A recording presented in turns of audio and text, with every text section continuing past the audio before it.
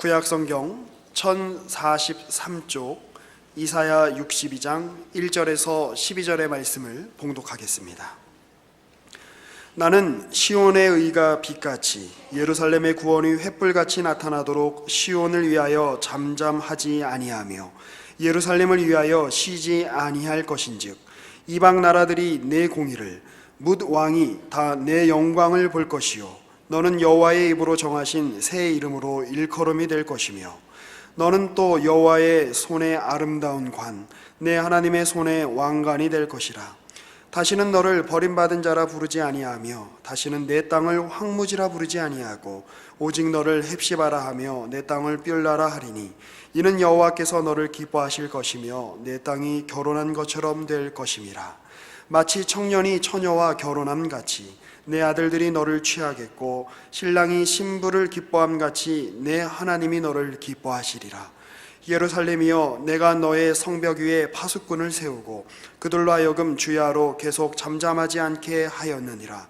너희 여호와를 기억하시게 하는 자들아, 너희는 쉬지 말며 또 여호와께서 예루살렘을 세워 세상에서 찬송을 받게 하시기까지 그로 쉬지 못하시게 하라. 여호와께서 그 오른손 그 능력의 팔로 맹세하시되 내가 다시는 내 곡식을 내 원수들에게 양식으로 주지 아니하겠고 네가 수고하여 얻은 포도주를 이방인이 마시지 못하게 할 것인즉 오직 추수한 자가 그것을 먹고 나 여호와를 찬송할 것이요 거둔 자가 그것을 나의 성소들에서 마시리라 하셨느니라. 성문으로 나아가라. 백성이 올 길을 닦으라. 큰 길을 수축하고 수축하라. 돌을 제하라. 만민을 위하여 기치를 들라. 여호와께서 땅끝까지 선포하시되 너희는 딸 시온에게 이르라. 보라, 내 구원이 이르렀느니라. 보라, 상급이 그에게 있고 보응이 그 앞에 있느니라 하셨느니라.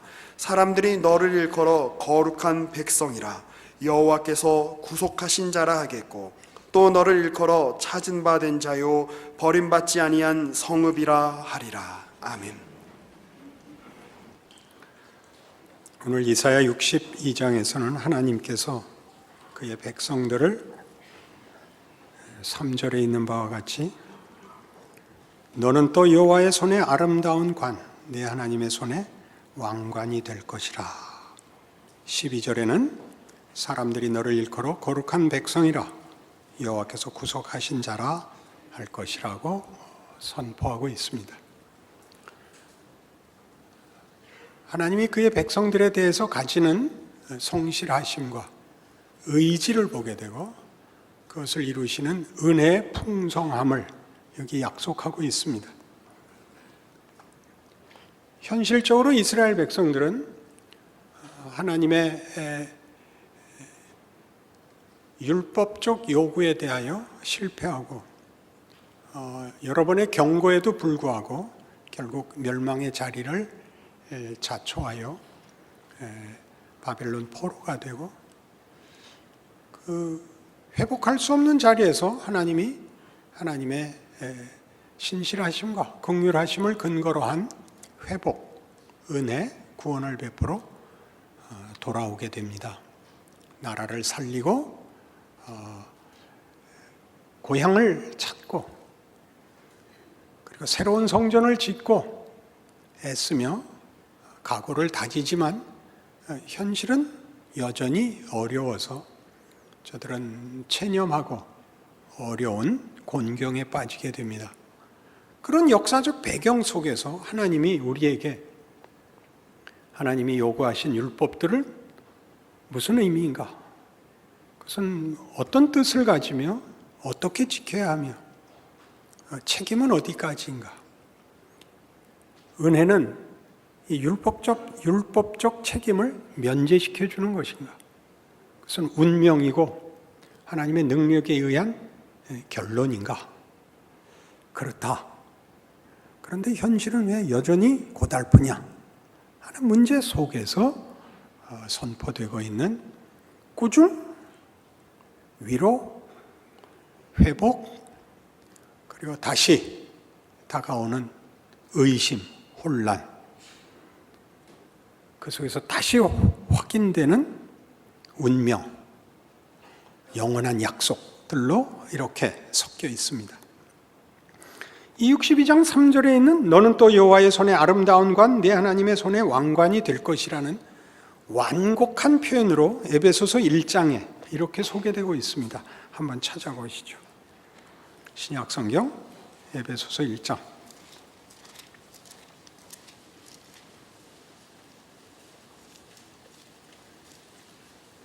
3절부터 봅니다. 찬송하리로다. 하나님 곧 우리 주 예수 그리스도의 아버지께서 그리스도 안에서 하늘에 속한 모든 신령한 복을 우리에게 주시되 곧 창세전에 그리스도 안에서 우리를 택하사 우리로 사랑 안에서 그 앞에 거룩하고 흠이 없게 하시려고 그 기쁘신 뜻대로 우리를 예정하사 예수 그리스도로 말미암아 자기 아들들이 되게 하셨으니 이는 그가 사랑하는 자 안에서 우리에게 거저 주시는 바 그의 은혜의 영광을 찬송하게 하려는 것이니라. 우리는 그리스도 안에서 그의 은혜의 풍성함을 따라 그의 피로 말미암아 속량 곧 죄사함을 받았느니라. 이는 그가 모든 지혜와 총명을 우리에게 넘치게 하사 그 뜻의 비밀을 우리에게 알리신 것이요 그의 기뻐하심을 따라 그리스도 안에서 때가 찬 경륜을 위하여 예정하신 것이니 하늘에 있는 것이나 땅에 있는 것이 다 그리스도 안에서 통일되게 하려 하심이라. 모든 일을 그의 뜻의 결정대로 일하시는 이의 계획을 따라 우리가 예정을 입어 그 안에서 기업이 되었으니 이는 우리가 그리스도 안에서 전부터 바라던 그의 영광의 찬송이 되게 하려 하심이라. 아까 이사야 62장 3절에서 본 바와 같은 하나님의 백성들은 그의 손에 관이 되며 그 영광의 면류관이 되는 약속이 에베소서 1장에서는 이렇게 예수 그리스도 안에서 하나님의 영광을 찬송하고 또 그 영광의 찬송이 되기도 하는 선포로 진술되고 있습니다. 하나님께서 가지시는 창조는 분명히 에베소서 1장에서 보는 바와 같이 태초에 예정된 것입니다. 우리가 어느 만큼의 책임 있는 반응을, 책임 있는 조건을 제시했는가 이전에, 태초에 예정된 하나님, 당신 홀로 하신 창조 세계와 인류에 대한 하나님의 뜻입니다. 그리고 그것이 예수 안에서 역사 속에서 구체화됩니다.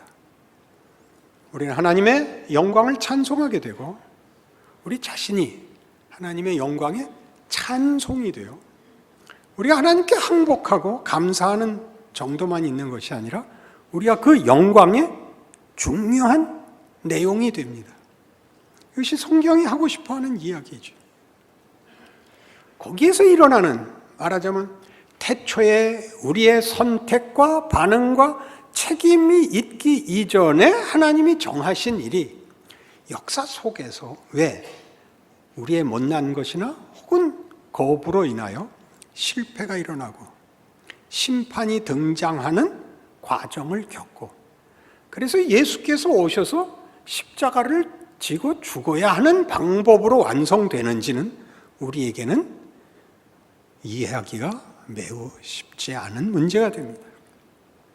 시간이라는, 과정이라는, 경험이라는 기회를 준다는 것이 어떤 의미를 가지느냐, 이것이 우리가 지금 이사야에서 그 결론 부분에서 만나는 하나님이 우리에게 요구하시는 법을 지킴으로써 받는 보상, 원칙과 심판의 차원을 벗어나 우리의 실패에도 불구하고 그 약속을 지키시는 하나님의 은혜와 회복과 구원, 조건 없는 승리,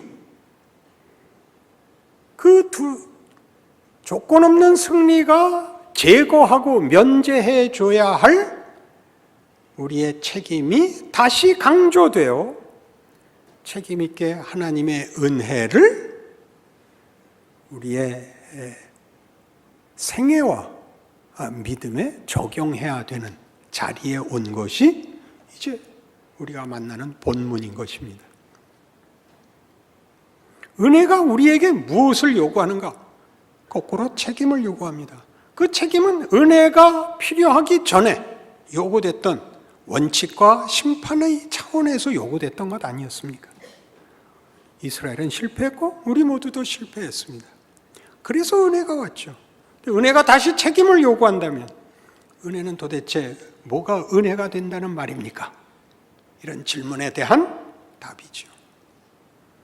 하나님은 태초에 우리가 하나님의 영광을 찬송케 하는 감사와 감탄의 자리로 또 그 영광에 우리가 찬송이 되는 그 영광과 승리의 가장 중요한 중심에 자리하는 내용이 되는 영광의 찬송이 되게 하겠다고 약속하십니다.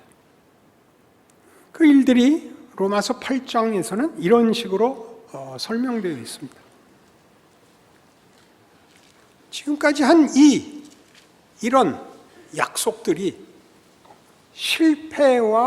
실패를 만회하기 위하여 준 은혜와 그 은혜로 인하여 이제는 폐기되었어야 마땅한 책임이 왜 다시 요구되는가 하는 문제에 대한 설명이 로마서 8장 1절. 그러므로 이제 그리스도 예수 안에 있는 자에게는 결코 정죄함이 없나니 이는 그리스도 예수 안에 있는 생명의 성령의 법이 죄와 사망의 법에서 너를 해방하였음이니라 라는 선언 속에 들어 있습니다.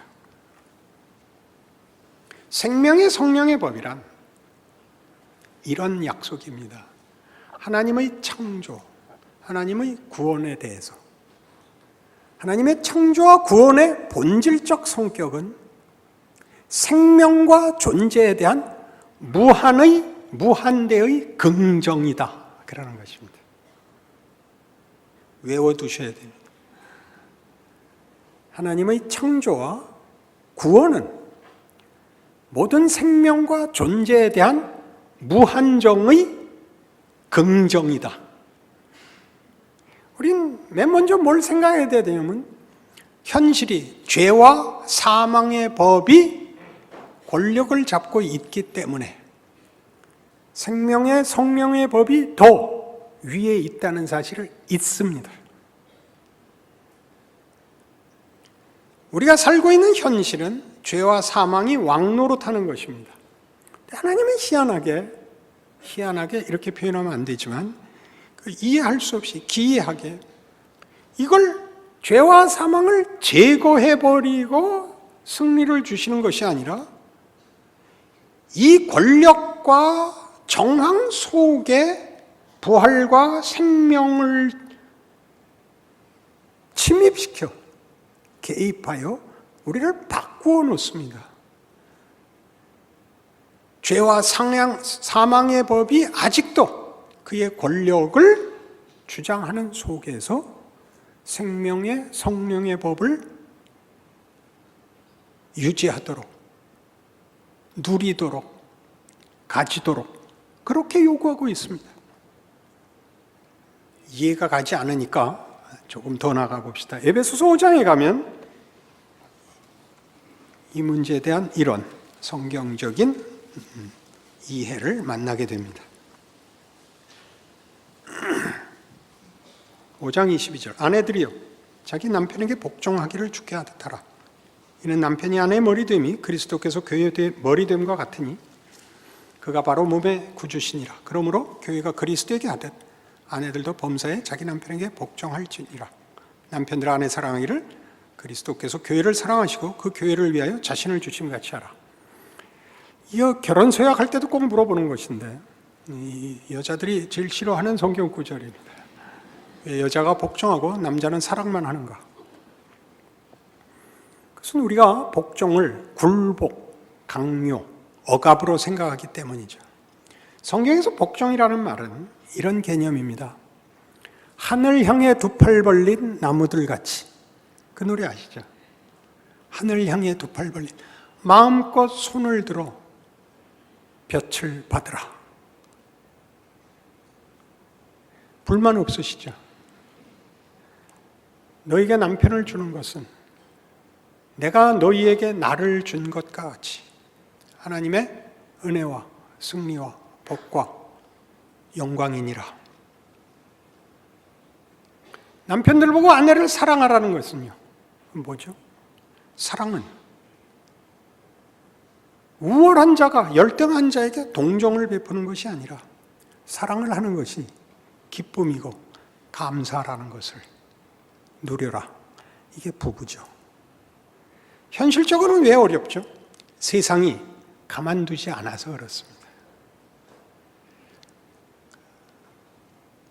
시댁이나 처가댁에 무슨 저주의 피가 흐르는 것이 아니라 우리가 받은 약속들을 그것을 거부하고 우리를 핍박할 수 있는 권력 구조 속에서 누리도록 하나님이 요구하고 있습니다. 그래서 남편이 잘못해서가 아니고 아내가 잘못해서가 아니라 둘이 아무리 잘해도 결혼 생활과 현실 생활이라는 것은 편치 않습니다. 여러분이 무슨 문제를 만났을 때마다 맨 처음 떠오르는 생각이 이겁니다. 왜 그걸 했을까? 원인 무효를 늘 생각하시죠. 여행 가서 병 들어오면 여행을 안 갔었더라면 이렇게 하는 거예요. 그래서 맨 끝으로 오면 태어나지 않는 게 최고죠. 그러니까 욥이 하나님께 불만을 토로할 수 없으니까 뭐라고 고함을 질러요? 죽여 주시옵소서. 나는 안 태어났으면 이 꼴 안 봤을 텐데. 그런 창조와 구원에 대한 존재와 생명에 대한 하나님의 무한 긍정을 외면하고 거부하는 것이 됩니다. 우리가 당하는 모든 고난은 우리에게 근본 문제가 있는 것이 아니고 하나님에게 근본 문제가 있는 것이 아니고 하나님의 창조와 구원이 가지는 모험입니다. 모험입니다. 끝을 아는 모험. 하나님의 영광을 찬송하는 자리에 올 것이요. 우리가 그 영광의 찬송이 될 것입니다. 그걸 왜 이런 조건 속에서 하나님이 요구하시는가? 우리를 대접해서 그렇습니다. 무슨 대접? 하나님이 사랑과 믿음을 나눌 대상으로 우리에게 자유를 주시기 때문입니다. 자유란 선택권입니다. 우리 모두가 자유라는 말을 하면 대뜸 생각나는 것이 죄악의 본성 때문에 우리가 사는 세상에서의 그 분위기 때문에 자유란 마음대로 하는 것이라고 생각합니다. 같은 마음대로 하는 것을 성경이 자유라고 말하는 것은 이 하나님의 영광을 찬송하며 우리가 그 영광의 찬송이 되는 이 길을 마음껏 소원하고 마음껏 욕심내고 마음껏 선택하는 명예와 기회를 말하는 것입니다. 우리는 마치 우리가 이 중간지대에서 죄를 질 것인가 믿음 생활을 할 것인가의 양자택일 속에 있다고 생각합니다. 안 그렇습니다. 우리는 생명의 성령의 법 아래 있어서 죄와 사망의 법 아래서는 벗어나 있습니다. 우리가 잘못하면 못나게 구는 것입니다. 그냥. 그래서 같은 에베소 5장이 이 18절에 이 말을 하죠. 술 취하지 말라. 이는 방탕한 것이니 오직 성령으로 충만함을 받으라. 무슨 얘기죠? 네가 부름받은 창조와 구원의 세상을 제대로 살아라. 라는 겁니다. 해봐라. 마음껏 해봐라. 여러분 초등학교 다니는 자식 데리고 풀밭에 나가고 공 찰 때 앞으로 똑바로 못 차면 다리 부러뜨리고 헤딩 틀리게 하면 모가지 자르고 그러시겠어요? 그럼 무슨 말도 안 되는 상상을 하겠어요. 예수 믿는 게 뭔지를 우리는 못하는 겁니다. 틀리면 죽는다. 이 세상 속에 있었죠. 우리가 하나님 없이 살자. 승리도 영광도 가치도 이유도 없는 속에서는 모두가 소멸되는 부끄러운 부패한 못난 것밖에 만들지 못하는 세상에서 살았기 때문에 우리가 본성적으로 그 걱정을 그 체념을 그 공포를 가지고 있는 겁니다. 예수를 믿는다는 건 다릅니다. 똑바로 못 차면 뭐라 그럴 겁니까? 다시 차봐라. 다시 차서 아무리 차도 똑바로 안 가면 얘야, 이 공이 잘못된 모양이다. 그래야 맞는 거 아닌가요? 그것이 부모 아닌가요? 우리 하나님이 우리에게 그렇게 요구하십니다. 어떻게 하라고요? 술 취하지 말라. 이는 방탕한 것이니 오직 성령 충만을 받으라. 열심히 네가 하는 것만큼 네 거, 네가 해보는 것만큼 네 영광, 네 명예, 네 특권. 아버지, 여기 한번 가보고 싶어요. 그래, 가자. 저기도 가보고 싶어요. 그래, 가자. 아버지, 맛있는 거 사주세요. 그래. 아예 배 째고 한 바켓스 먹자. 얼마든지. 그게 기독교가 말하는 복음이에요. 우리가 하나님, 우리를 위해 그 아들을 주신 하나님이라고 고백하는 우리 하나님이에요. 우리 그 세상에 들어와 있는 거예요. 우리가 가진 자유는 이런 자유죠. 얼마든지 해볼 수 있는 자유. 세상이 우리를 속여요. 딴죽을 걸죠. 그래서 넘어지곤 해요. 일어나시면 돼요. 그리고 세상의 시비와 시험에 빠져서 넘어질 때마다 일어나서 내 다시는 안 속는다 그러세요. 다시는 안 속는다. 바지 털고 무릎 까진 거 아까 진기 바르고, 요새도 그 말 쓰나? 방언인데. 그리고 크세요. 멋있어지세요. 매번 이겨야 되는 것이 아니라 여러분의 인생에서 경험하는 모든 것이 여러분을 크게 하세요. 매 사건을 이기는 것이 아니라 매 사건을 통해서 크세요. 그게 하나님이 우리에게 주신 인생이에요. 요한일서 4장에 가면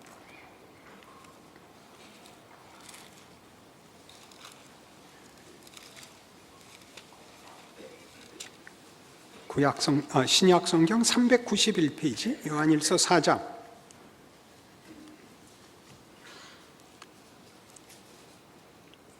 10절, 사랑은 여기 있으니 우리가 하나님을 사랑한 것이 아니요 하나님이 우리를 사랑하사 우리 죄를 속하기 위하여 화목제물로 그 아들을 보내셨습니다. 사랑하는 자들아, 하나님이 같이 우리를 사랑하셨은즉 우리도 서로 사랑하는 것이 마땅하도다. 어느 때나 하나님을 본 사람이 없을 때 만일 우리가 서로 사랑하면 하나님이 우리 안에 온전하게 이루어지느니라. 하나님이 우리 안에 거하시고 그의 사랑이 우리 안에 온전히 이루어지느니라.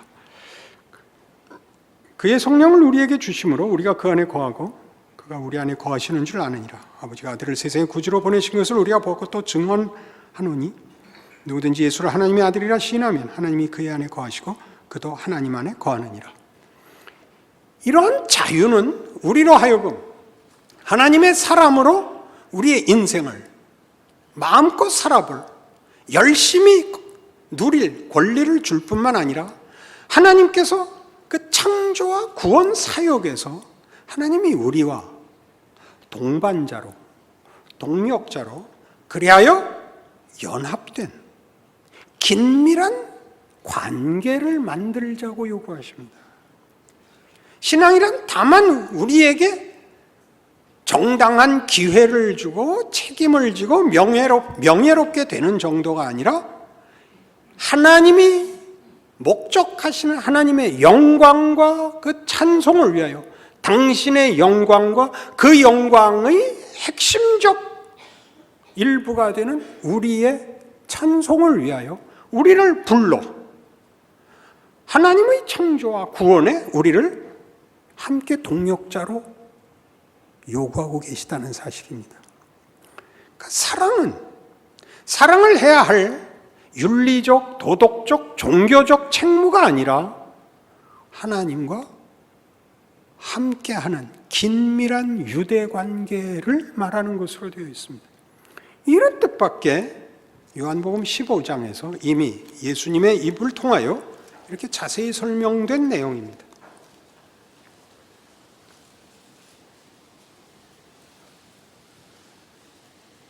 포도나무 비유입니다. 7절부터 보죠.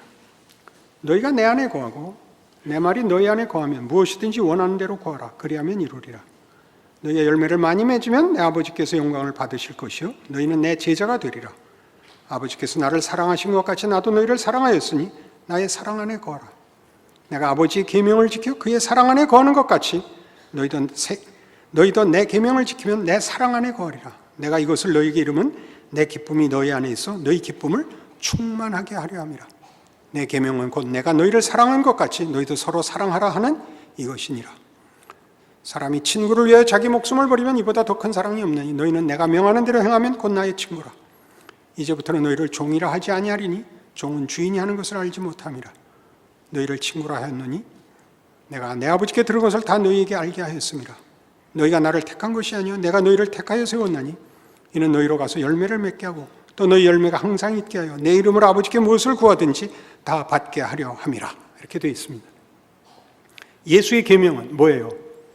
이거죠. 공부 잘해라, 훌륭해져라 그러는 것입니다.